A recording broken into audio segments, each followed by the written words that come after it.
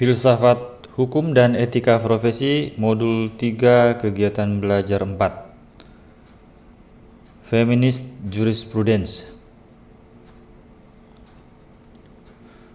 Untuk lebih melengkapi pembahasan tentang hukum di era postmodernisme, Anda perlu membaca bagian berikut ini, yakni aliran pemikiran di bidang hukum yang menekankan pada perlunya memperjuangkan kaum wanita di ranah hukum.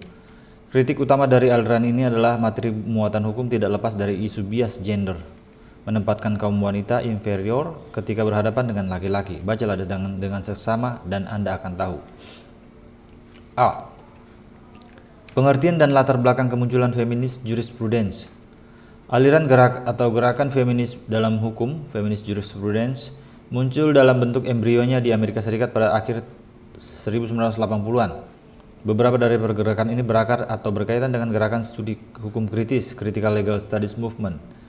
Tetapi sebagian besar gerakan ini berada di luar jalur tradisi-tradisi CLS. Bahkan pada kenyataannya dikembangkan justru sebagai suatu respon kritis terhadap gerakan ini. Feminist jurisprudence secara fundamental menentang beberapa asumsi penting dalam teori hukum konvensional dan juga beberapa kebijakan konvensional dalam penelitian hukum kritis. Goldfarb menunjukkan bahwa banyak feminis telah memperlihatkan patriarki sebagai suatu ideologi yang lebih mengancam kehidupan mereka daripada ideologi hukum dan telah mengarahkan upaya untuk mengurangi ideologi patriarki, bahkan melalui penggunaan ideologi hukum. Gerakan ini secara mendasar lebih melihat dan mengambil pengalaman-pengalaman yang dialami kaum wanita.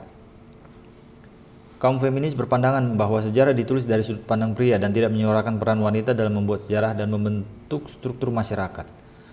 Sejarah yang ditulis kaum pria telah menciptakan bias dalam konsep kodrat manusia, potensi dan kemampuan gender, serta dalam pengaturan masyarakat. Bahasa, logika, dan struktur hukum diciptakan oleh kaum pria dan memperkuat nilai kepriaan.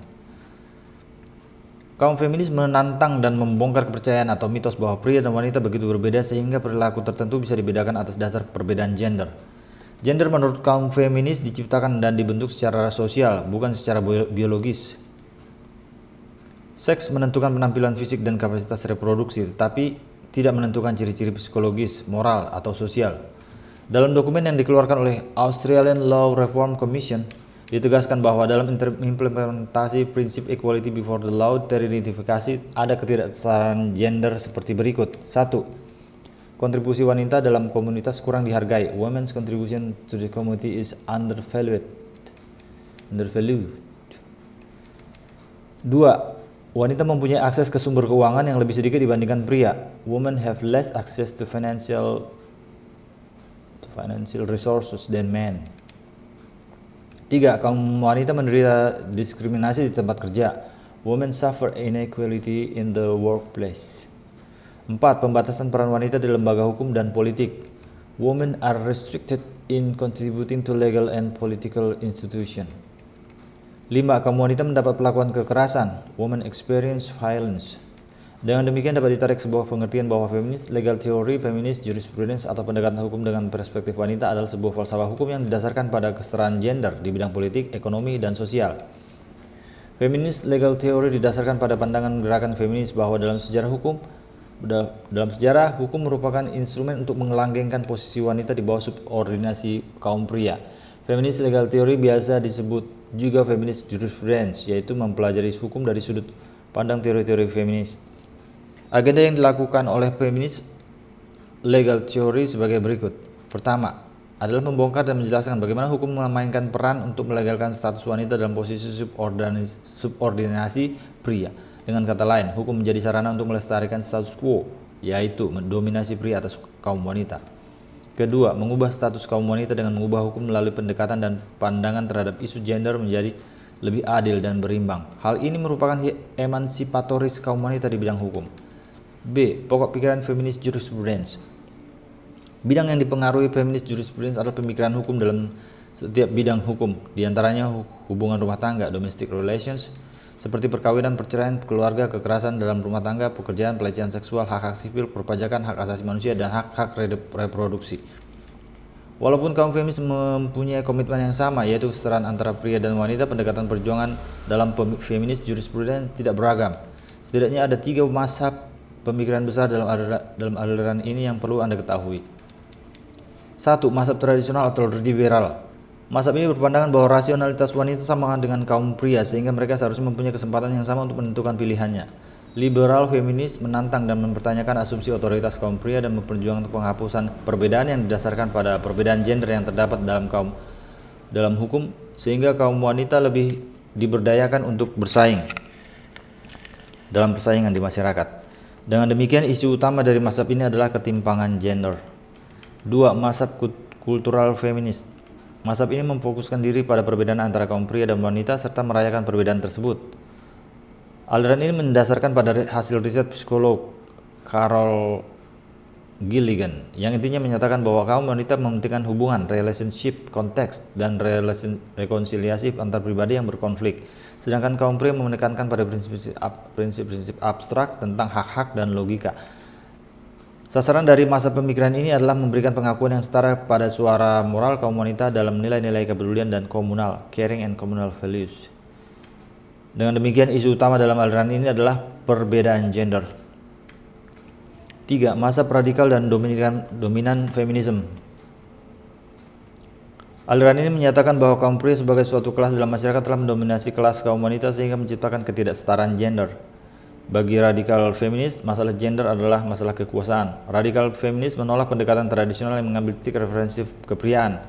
Mereka bersikeras bahwa kesetaraan gender harus dikonstruksi atas dasar perbedaan wanita dari pria dan tidak hanya mengakomodasi perbedaan tersebut. Dengan demikian, isu utama dalam aliran ini adalah penindasan gender. Pertanyaan yang muncul adalah apa yang harus dilakukan? Yang diperlukan dalam feminis jurisprudence adalah metode legal feminis. Menurut Bartlett, feminis yang berhubungan dengan hukum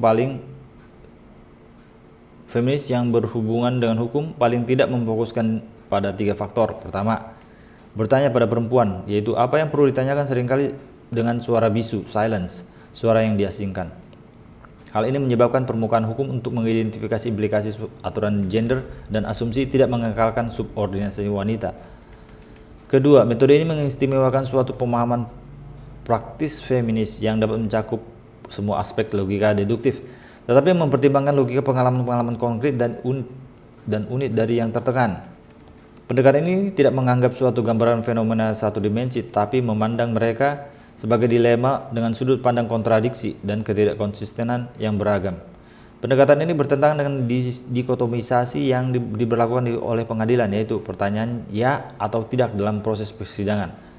Metode ini sifatnya kontekstual, tetapi situasi yang baru menampakkan kemungkinan lebih besar untuk pemahaman serta integrasi dan rekonsiliasi imajinatif.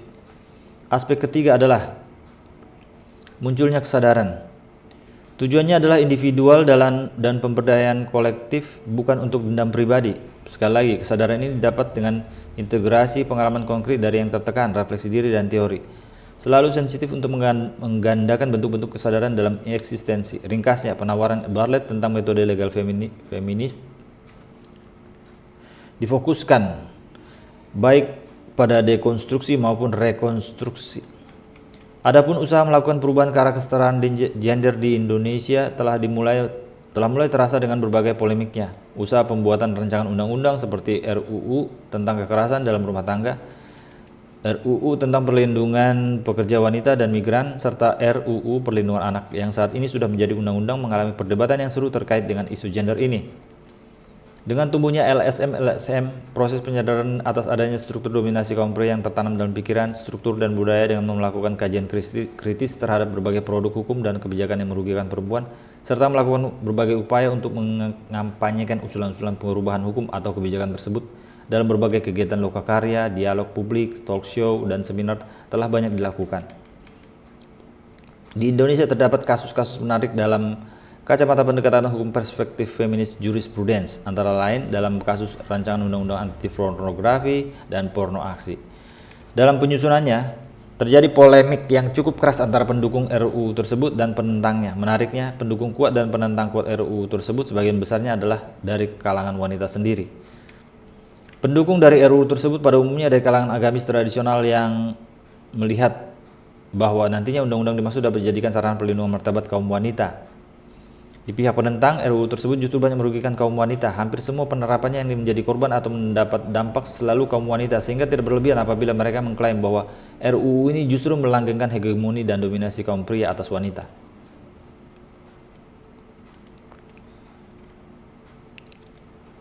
Rangkuman. Feminis jurisprudence merupakan aliran hukum yang menggunakan pendekatan feminis dalam melakukan telaah dan kritik terhadap hukum. Aliran ini menilai bahwa produk hukum yang ada selama ini cenderung bias gender, yakni menempatkan wanita